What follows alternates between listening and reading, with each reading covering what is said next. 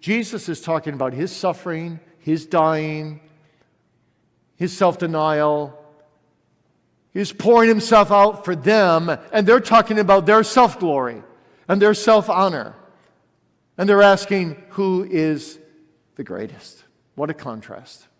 Pride is a sin of self-exaltation and honor over others.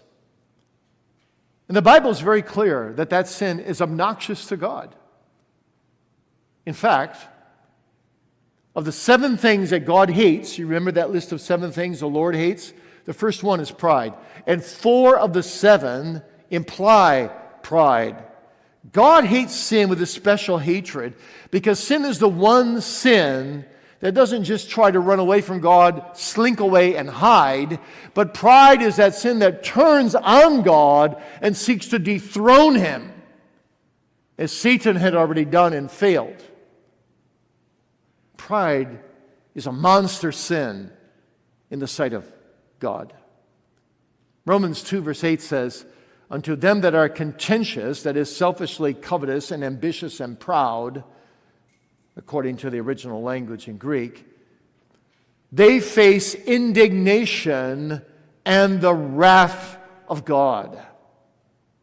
That's God's view of covetousness and pride. He says in Proverbs 16:5, everyone that is proud in heart is an abomination to the Lord.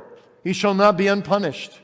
And James 4:5 teaches, God resists the proud.